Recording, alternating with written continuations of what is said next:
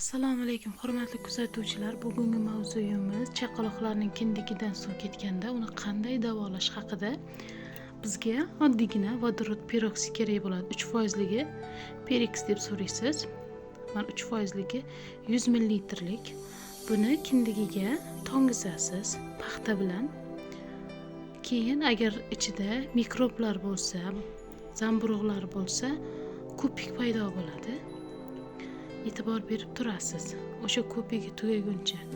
Keyin iliq suv bilan artib, ustidan dori bilan yopib qo'yasiz. Juda ham kerakli narsa. Har kun ishlasangiz ham bo'ladi, buni zarari yo'q.